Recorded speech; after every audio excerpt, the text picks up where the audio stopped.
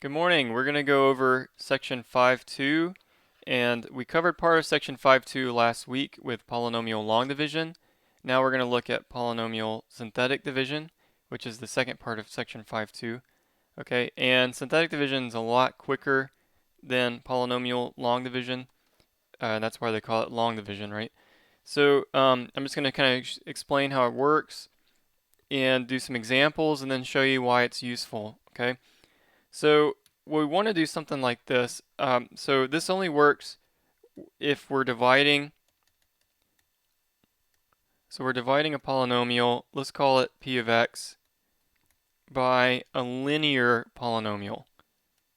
And we'll call it x minus k. Now, what I mean here, again, what I'm trying to point out is we're dividing by a linear polynomial.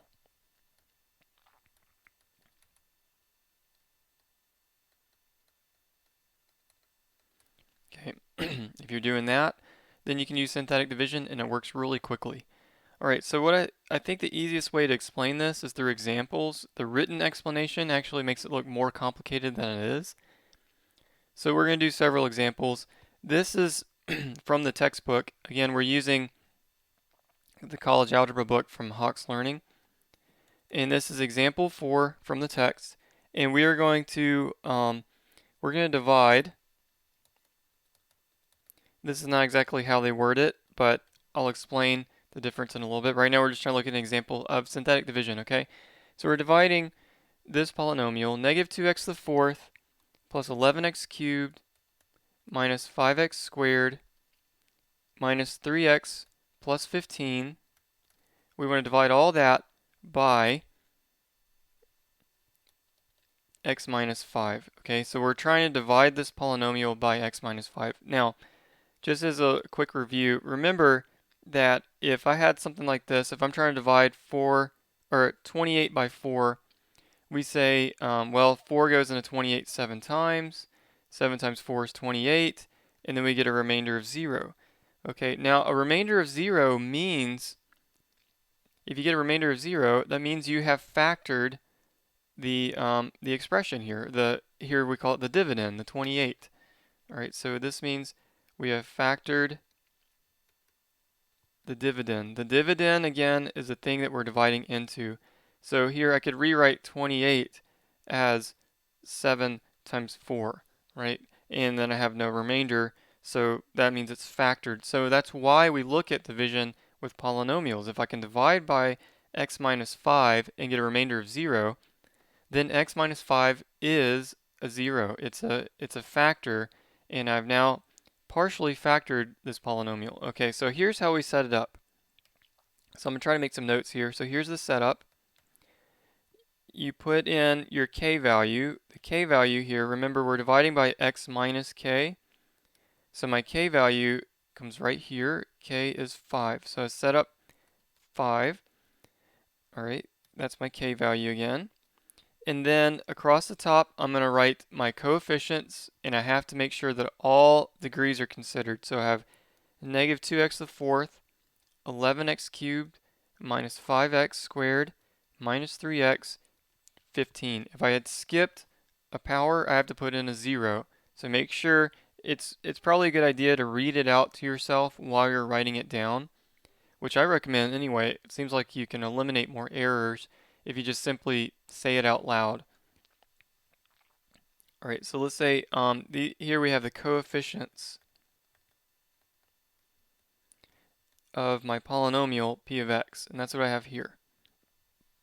Okay, now we're going to play a little game, or technically it's called an algorithm, which means we just repeat some steps over and over. The first thing we do is we bring down the negative 2, okay, and then I say negative 2 times 5, which gives me 10. All right, now let me make a note for your notes here. Let's see how I can get this in. I said negative 2 times 5 to get the 10. All right, now I'm going to add.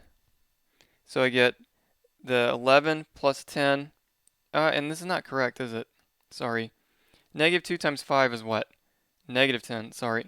and then I'm going to add, so I get the 1. All right, so here we added 11 and negative 10. And it didn't look right to me, that's why I kind of paused there for a second. Just didn't seem like it worked. Okay, so negative 10 plus 11 equals 1. And now we run through it again. So we say 1 times 5 is 5. Negative 5 plus 5 is 0. 0 times 5 is 0. Right? Negative 3 plus 0, negative 3. See how this is working? I'm just doing the same thing again. I'm adding the column, and then what's at the bottom of the column I multiply by my divisor, and then just keep adding. So now I can say what? Negative 3 times 5 gives me negative 15, and then I add 15 plus negative 15 to get a 0, and there, now I have finished. Now let me show you what the result is, because at first it may not be too obvious. So here's what we said. This is what we call the quotient. This is the result. So for example, in my 28 divided by 4 example, the quotient was 7. Okay, that was my quotient. So now my quotient here is a polynomial. The degree, so I started with a 4th degree polynomial, the degree drops by 1. So my quotient, I'll call it q of x, is negative 2x cubed plus x squared plus 0x minus 3. That's my quotient. The remainder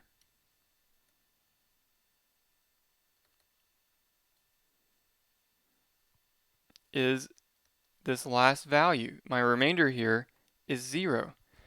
All right, so that tells me a few things, okay? What it tells me, remember, a 0 remainder means I have factored my dividend, okay?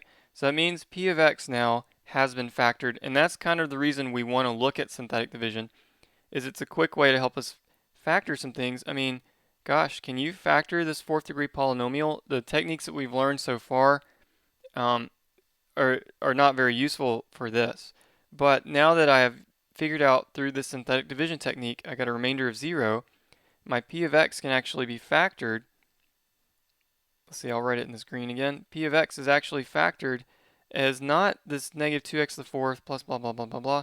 It can be written as negative 2x cubed plus x squared minus 3, right? That was my quotient, times the thing that I divided it by, which was the x minus 5. And see, now I have found a 0, this polynomial. I have found one of its factors, x minus 5. And if I could figure out how to factor the negative 2x cubed plus x squared minus 3, maybe I can completely factor the polynomial. And that's kind of the direction we're heading. For the moment, though, all we really need to know is, do we understand the synthetic division process? Okay, so let's call this part A. Let's do a B part. And I'm gonna say it like this: is k a 0? All right, and so here we have p of x. This time is 3x to the 8th. I don't think we've factored any 8th power polynomials at this point. Plus 9x to the 7th minus x cubed minus 3x squared plus x minus 1. And here they just tell us that k equals negative 3, which in my mind, remember, that means we're dividing by x minus k. So that's x minus negative 3, which would be x plus 3, okay? So that's what I'm keeping in the back of my head. All right, now let's set this up like the previous one. Let's see if we can figure this out. So I'm gonna say, all right, my k value here. I'm gonna put in my coefficients of my polynomial across the top. So I had 3x to the 8th, 9x to the 7th. Don't put negative 1, right? This is why I'm reading it out loud. 3x to the 8th, 9x to the 7th, 0x to the 6th, 0x to the 5th, 0x to the 4th, negative 1x cubed, negative 3x squared, 1x, and negative 1. And that looks like it's going to be a long day in the office for us, right? But it's really not, because remember, this thing moves pretty quickly once we get started. And so what do? It's just, you got to learn these steps, okay? You got to process these steps. You bring down your first term. So I bring down the 3. And then I say that times that. So that's 3 times negative 3, which is negative 9. And then I add 9 and negative 9 to get 0. Okay? So it looks like maybe we are going to get a 0 here. But let's just figure it out. Okay, so we have 0 times negative 3 is 0. We add 0 times negative 3 is 0. We add. All right, and so again, keep in mind, we are adding by columns, okay? So 0 times negative 3 again, we get 0, and we add and we get 0. 0 times negative 3 one more time, hopefully, we get 0. Now we add, negative 1 plus 0 is negative 1. All right, negative 1 times 3 is a positive 3. We add to get 0. 0 times negative 3 is 0. We add to get 1. And after all that, 1 times negative 3 gives me negative 3, and I add. I end up with a remainder of negative 4. So the question said, is negative 3 a 0, or is x plus 3 a factor? That's another way of saying the same question. The answer is it's not. Okay, so let's make a note of that. Here, k equals negative 3 is not a 0. Why? Because my remainder was not 0. The remainder is not 0. So that tells me I did not factor this thing cleanly. What I could say, though, here's what it tells me, though.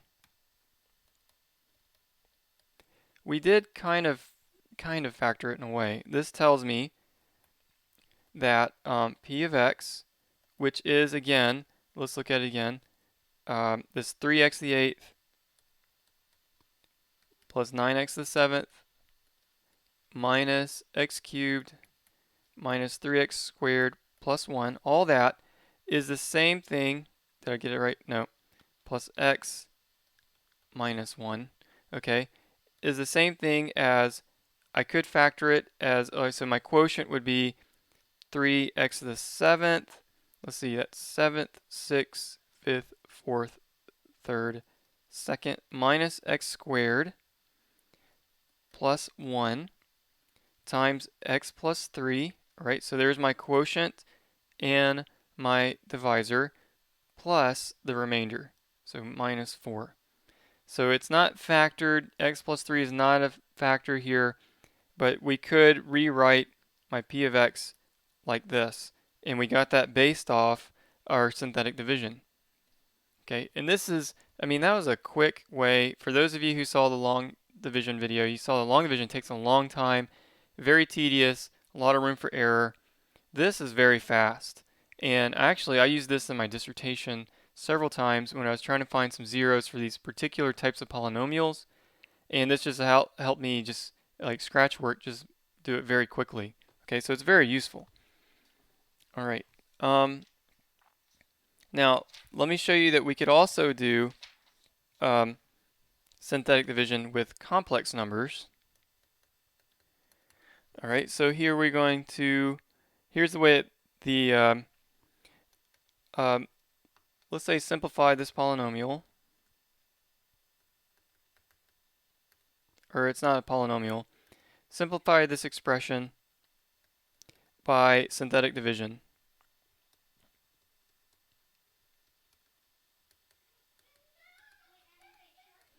And we have here negative 3x cubed plus 5 minus 2i, complex numbers here, 5 minus 2i x squared plus negative 4 plus I x plus 1 minus I, dividing all that by x minus 1 plus I. Okay. So even though this is a complex, or we have complex expressions here, complex numbers involved, I can still use synthetic division because I'm still dividing by a degree 1 polynomial. And my k value here would be multiply the, so we're subtracting k, right? So I'm subtracting 1 minus I, right? You would have to imagine if I put my parentheses here, I have a minus I here in the middle. So minus 1 plus I, my k value is 1 minus I. All right, so we're going to set this up again. We have 1 minus I here, and I just got to write out my coefficients. I have negative 3x squared, 5 minus 2i, I'm sorry, negative 3x cubed, 5 minus 2i squared, negative 4 plus I to the first power, x to the first power, and then 1 minus I. And now we are ready, hopefully, to run synthetic division. This might be a little bit slower because we have to do some complex multiplication, but we can see that we can still do this. All right, so I bring down negative 3. Negative 3 times 1 minus I gives me, well, be careful, we get negative 3 plus 3i. Okay, and now I'm going to add. So when I add, I get, adding the reals, I get 2. Adding the complex, I get plus I. Now multiply 2 plus I times 1 minus I. And if we need to do some scratch work over here, maybe that's a good idea. It's been a while since we've done this. All right, so we FOIL it out. So we get 2 times 1. We get minus 2i on the outside, plus I in the middle, on the inside. And then the last terms, we get minus I squared. Remember, I squared is what? Negative 1.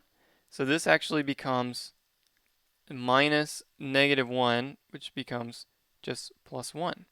So we end up with here 3 and then negative 2i plus I minus I. All right, so going back, I ended up with, let's see, what do? We multiplied 2 plus I times 1 minus I. I end up with 3 minus I. So now when I do that, I just have to add. And let's see, the i's cancel actually and end up with negative 1. Now multiply negative 1 times 1 minus I and end up with negative 1 plus I, carefully. Oh, that's interesting. We get a 0. Okay, so actually this tells me then we have found a complex root of for this polynomial here in the numerator. All right, but what it asks us to do here is simplify this expression by synthetic division. So all of this then could be rewritten. I mean, the same way, think about if you had 28 fourths, no one writes 28 fourths, right? You write 7. Why is that? Because you recognize this is 7 times 4 over 4. You cancel out the 4's. 28 fourths is 7. So now, in a similar way, this big numerator divided by x minus 1 minus I is the same thing. It simplifies as negative 3x squared plus 2 plus I x minus 1. And there's my expression. Okay, so actually it was a quadratic polynomial there. All right, good. Now, let me show you one other thing because I think this helps clarify something for our next section here. It's kind of a little bit of a precursor. So if we had a list of the zeros, all right, so, and again, keep in mind, synthetic division and long division are helping us trying to find zeros. And if we find a 0, which means we had a remainder of 0, then we've factored the polynomial to some extent, right? Like look at this first example we did. When I had a remainder of 0, my polynomial again could be written as whatever my quotient was times the 0 that I found, x minus 5. So this exercise here, and what we're going to do in the next section is think of some more sophisticated ways of finding zeros. Maybe we can come up with a list of potential zeros, and if you have a list of potential zeros, you just use synthetic division really quick to test to see if they are zeros or not, right? So that's kind of the idea. All right, so anyway, let me show you this. Example 6, we want to construct a polynomial. So we're going to construct a polynomial, and they're going to give us some conditions. That is third degree. Okay, third degree. Zeros of -3, 2, and 5, all right, and goes to negative infinity as x approaches infinity. So, man, all right, so can we do this? Let's think. The first thing I want to think about is, what does this mean? This negative infinity as x goes infinity, that is my behavior. Okay, that is, so my graph, here's what's going on in my graph. As I'm going out this way to infinity, this thing is dropping down. So it's going something like that. Okay, so this is my right behavior. And we talked about this in the last chapter. We know when the right behavior of a polynomial is going to go down. That means my leading coefficient is negative. Okay, so let's keep that in mind. All right, what do you want to call this polynomial? We can call it f of x. So what we know about f of x is it's third degree, so it means my first term has to be an x cubed. But an easier way to think about this is that I have my zeros. My zeros are going to be x minus that 0. All right, so I'm going to have, for example, x plus 3, x minus 2, and x plus 5, like that. And if I multiplied this out, notice that my first term, if I multiplied all this out, I'd have to say first times first times first. I have an x cubed term. This is cubic. This is third degree. So I've satisfied now condition 1. It is third degree. Got that. I've satisfied the zeros. It's got the zeros. The only thing I haven't satisfied is that the right behavior. Okay. And remember, again, we understand that if the right behavior is going down, we said that the leading coefficient, or we called it the value a, is specifically we said a is negative.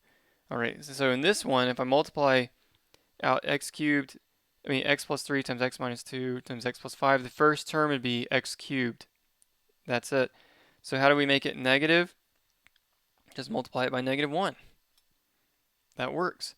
Or if you wanted to, you could say something like -2.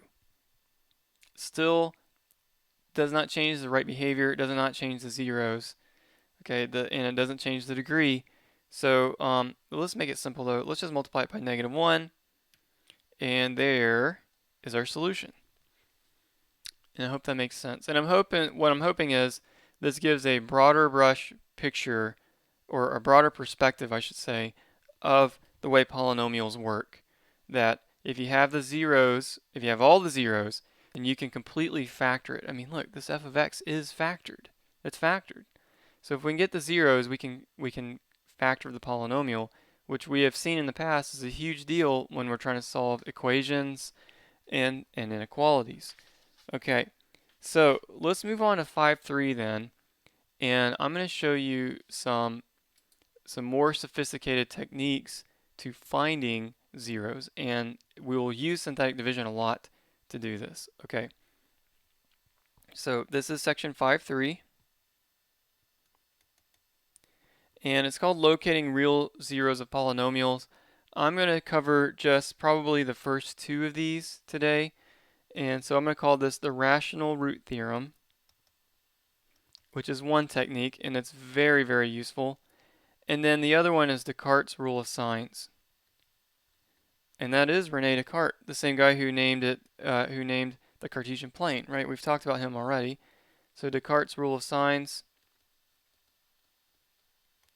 And these are the two we're going to start out with.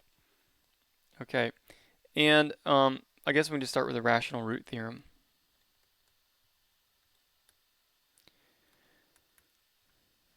Okay, so let's think back for a second on when we were doing this synthetic division stuff. All right, let's look at this first example, example 4, part A. We factored it, right? 5, x minus 5 was a factor, 5 was a 0 of this polynomial. How did they figure out 5? I mean, if I had just said, hey, factor p of x, and you could sit there and do synthetic division all day, there are a lot of choices, right? I mean, 5, 6, 7, 8. I mean, why even start 5? Would probably start at 0 or -1, +1, and it may or may not have been successful. Or there's an infinite number of choices. The rational root theorem is a systematic way to reduce the number of choices we have to a short list. Right? So we go from an infinite number down to a short list. And so here's how it works, and just bear with me here. So if P over Q, so we have a rational root, rational means fraction, P over Q is a root of a polynomial, f of x equals a sub n x to the n plus blah blah blah. We don't really care what the middle is, out to a sub 0. Alright, so what this means again is that my degree, here's what's important, that's your leading coefficient, and that's your constant term. Actually, that's all that we really care about with the rational root theorem. The degree doesn't really change the way this works, okay? But here's how it goes. If P over Q is a root of this polynomial with a leading coefficient a sub n and a constant term of a sub 0, then here's what we know. The numerator of my rational root, P, divides, and what I mean by that is a divisor. It divides it cleanly of the constant term. So your numerator will actually divide your constant term. And that helps you create a list of what the potential numerators could be. And the denominator, Q, divides a sub n, divides your leading coefficient. So this is actually going to help us generate a short list. So let me do an example here. Example 1. All right, so here we're going to say, let's list the zeros. List possible zeros. And we're going to do a couple of them. F of x equals here 2x cubed plus 5x squared minus 4x minus 3. At the moment, we have no way of factoring this thing. We don't know how to factor it, okay? But with the rational root theorem, I can actually create a short list of potential candidates for zeros, which will then allow me to factor. And if I know a potential candidate, how can I test if it really is a zero? That's right, synthetic division. All right, so here we're going to use the rational root theorem. Let's see, we need to know the leading coefficient and the constant term. So my leading coefficient, a sub n, is 2. My constant term over here, a sub 0, is negative 3.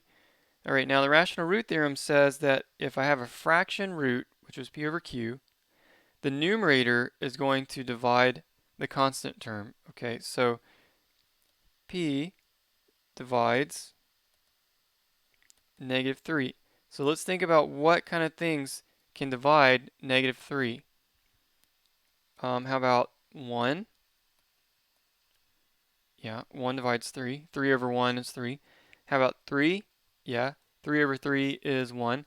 And that's it, except, let's not forget plus or minus. Okay, so there's a list now of what the numerators could look like. Q has to divide, the denominator has to divide my leading coefficient. So Q divides 2. Alright, so what kind of things can divide 2? Plus or minus 1, plus or minus 2. 3 and 2 are both prime, so they don't really generate a big list. But what this now does is allow me to say, okay, so roots, or zeros, let's say, zeros, again, those look like P over Q. My rational zeros here have to be all possible combinations of the P's and the Q's I got in these lists. So I gotta have 1 over 1, 3 over 1, 1 over 2, 3 over 2, and plus or minus each of those.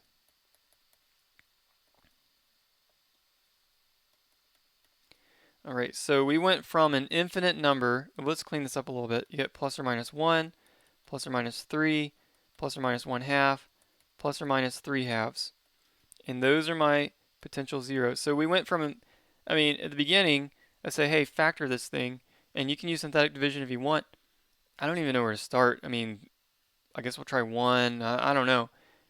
Rational root theorem now takes an infinite number of possible candidates and whittles it down to 1, 2, 3, 4, plus or minus 8 candidates. We have 8 candidates now, and we can test them how? just by factoring, okay? So let's see if we can actually, can we find the zeros here? So let me pick one that doesn't work, just to show you what happens if it doesn't. Let's go with -1. -1, let's just go ahead and tell you, is not a zero, but we're going to test. Okay, so here's the part B of this. Find the zeros. All right, so we have a list of 8. Again, my polynomial is 2x cubed plus 5x squared minus 4x minus 3. So if I'm doing synthetic division, which I'm doing here, I'm testing -1. Let's have a leading coefficient of 2. Then we have, so that's 2x cubed, 5x squared minus 4x minus 3. And we're going to apply synthetic division on this thing. All right, so what do? Bring down the 2. 2 times -1 is -2. Add to get +3. 3 times -1 is -3. Add to get -7. -7 times 1 is +7. Add to give me +4. +4 is not 0 last time I checked. So this tells me -1 is not a 0. So now I can check off -1 off the list, and I'm down to 7 candidates. Make sense? And see, that was very fast. That was pretty quick. Okay, so -1's off the list. What would you want to try next? Let's try 1. So try 1, and we're going to go through it again. 2, 5, -4, -3. And let's see, and bring down the 2. 2 times 1 is 2. 5 plus 2 is 7. 7 times 1 is 7. -4 plus 7 is 3. 3 times 1 is 3. And I'm going through this quickly, but once you pick up synthetic division, it just makes sense. Again, you bring down the 2, then you just run this iteration. 2 times 1 is that, you bring it there, and then you add, and you just keep doing that. 7 times 1, add, give me 3. Now I say 3 times 1 is 3, and I add, and look what I got. I got a 0. 0 does equal 0, so 1 is a 0. We found one. And you can feel free to be excited about it if you want. Draw some confetti. All right, these stars don't look too good, but whatever. What that tells me now is I have factored my polynomial. I found a 0, and I have factored f of x to now look like this. F of x equals, drop the power by 1 for my quotient. That's going to be 2. I started with x cubed, so now I have 2x squared plus 7x plus 3 times x minus 1. Remember, if my k value is 1, the factor is x minus k. So I have now factored the polynomial. Now can I factor this part? Well, I could use synthetic division, or remember that this is a quadratic equation, a quadratic function, and we can factor quadratic functions pretty easily. All right, so just to kind of skip ahead, we're going to end up with x plus 3 times 2x plus 1 times x minus 1. Did I get that right? Let's FOIL it out. Let's see. 2x squared plus x plus 6x is 7x plus 3. Yeah, there we go. So now look, once I factored it and I got a quadratic, we have plenty of factoring techniques on quadratic equations or quadratic functions. If you have to, just use the quadratic formula, right? And now we have it. Look, we completely factored a polynomial that up until today, we did not have a technique to factor a polynomial like this. So this is pretty cool. We came up with a list. And notice, what are my zeros here? So let's see, what were the zeros? -3, -1/2, and 1. Notice those are all on my list. -3, -1/2, and +1. They're all in there. Pretty cool, huh? The rational root theorem is a very useful technique. I hope you hang on to that. All right, so let me quickly go through the,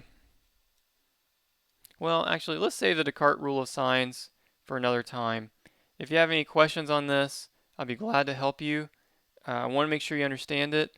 Let me know how I can help. Just get in touch with me. And I appreciate you guys watching. Hope you're doing well. Stay safe out there, and we'll see you later.